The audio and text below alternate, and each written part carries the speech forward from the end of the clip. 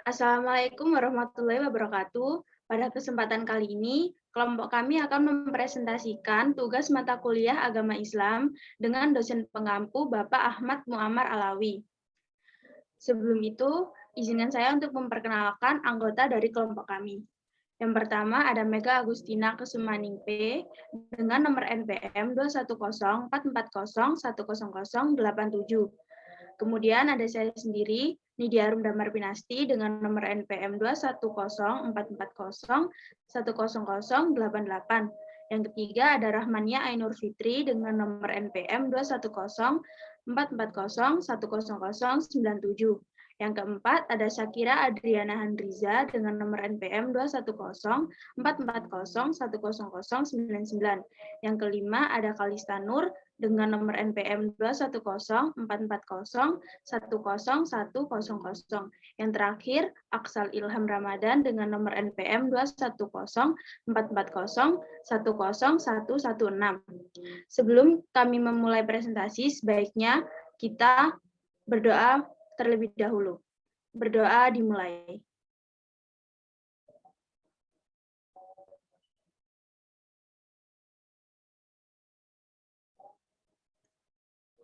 Berdoa cukup.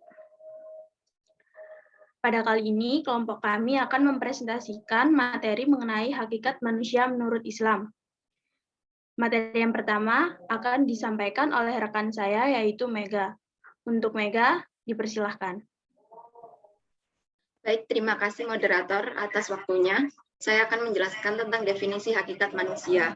Manusia sebagai makhluk ciptaan Allah perlu mengenal dan memahami hakikat dirinya sendiri agar mampu mewujudkan eksistensi yang ada dalam dirinya. Pemahaman dalam hidup menuntun manusia untuk mencari makna serta arti kehidupan, sehingga hidupnya tidak menjadi sia-sia.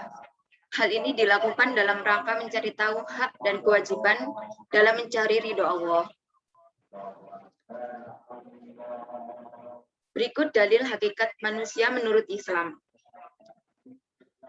Dalil manusia sebagai hamba Allah yang diciptakan untuk beribadah kepada Allah Subhanahu wa taala yang ada dalam surat Az-Zariyat ayat 56 yang artinya, aku tidak menciptakan jin dan manusia melainkan agar mereka beribadah kepadaku. Baik, terima kasih Mega atas penyampaiannya. Selanjutnya akan dilanjutkan oleh rekan saya, yaitu Rara. Untuk Rara, dipersilahkan. Oke, dalil yang kedua ada manusia sebagai Anas. Dalil ini dari surah Al-Hujurat ayat 13 yang artinya, hai manusia, sesungguhnya kami menciptakan kamu dari seorang laki-laki dan perempuan dan menjadikan kamu berbangsa-bangsa dan bersuku-suku supaya kamu saling kenal mengenal.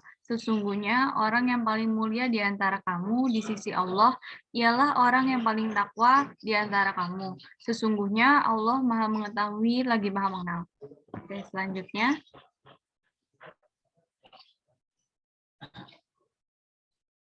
Selanjutnya ada manusia sebagai khalifah. Dalil ini dari surat Al-Baqarah ayat 30 yang artinya, ingatlah ketika Tuhanmu berfirman kepada malaikat, sesungguhnya aku hendak menjadikan seseorang khalifah di muka bumi. Mereka berkata, mengapa engkau hendak menjadikan khalifah di bumi? Itu orang yang akan membuat kerusakan padanya dan menumpahkan darah. Padahal kami senantiasa bertasbih dengan memuji engkau dan mensucikan engkau. Tuhan berfirman, sesungguhnya aku mengetahui apa yang tidak kamu ketahui. Baik, terima kasih Rara atas penyampaiannya. Selanjutnya akan dilanjutkan oleh penyampaian materi dari Syakira. Untuk Syakira, dipersilahkan.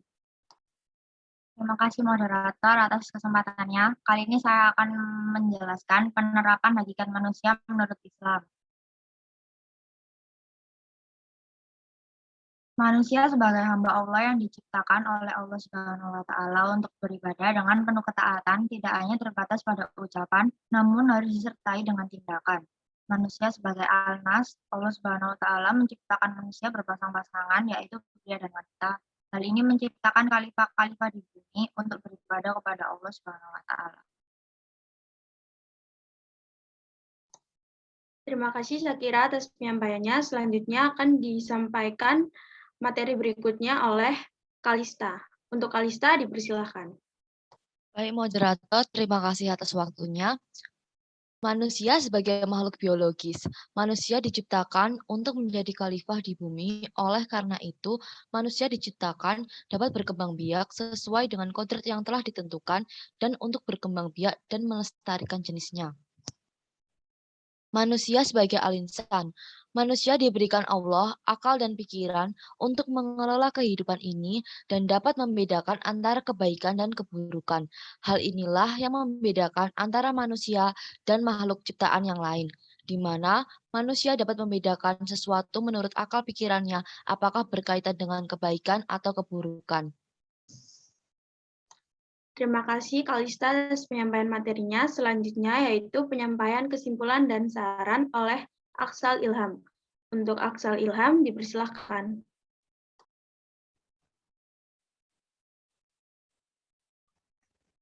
Setelah presentasi tadi, saya akan menyampaikan kesimpulan, yaitu pada hakikatnya manusia memiliki perbedaan dengan makhluk ciptaan Allah Subhanahu wa taala yang lain. Karena manusia memiliki akal budi serta nafsu yang harus dikendalikan, memiliki karakteristik dan kemampuan untuk mengembangkan potensinya. Diciptakan secara berpasang-pasangan dan harus bisa membina tali persaudaraan kepada sesama umatnya. Serta manusia tentunya diciptakan untuk selalu mengabdi dan menaati seluruh perintah yang telah diberikan oleh Allah Subhanahu wa taala. Saran. Sebagai manusia beragama dan berakal, hendaknya manusia sebagai makhluk Allah punya dua tugas utama, yaitu yang pertama sebagai Abdullah, yakni hamba Allah yang harus tunduk dan taat terhadap segala aturan dan kehendaknya serta mengabdi hanya kepadanya. Dan yang kedua yaitu sebagai khalifah Allah di muka bumi yang meliputi pelaksanaan tugas kekhalifahan terhadap diri sendiri, dalam keluarga atau rumah tangga, dalam masyarakat, dan tugas kekhalifahan terhadap alam.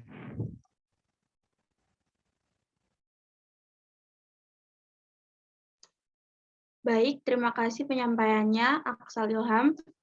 Itu tadi presentasi kelompok kami mengenai materi hakikat manusia menurut Islam. Jika dari kelompok kami memiliki kesalahan, mohon dimaafkan. Untuk saat ini presentasi saya tutup. Terima kasih. Wassalamualaikum warahmatullahi wabarakatuh. Waalaikumsalam.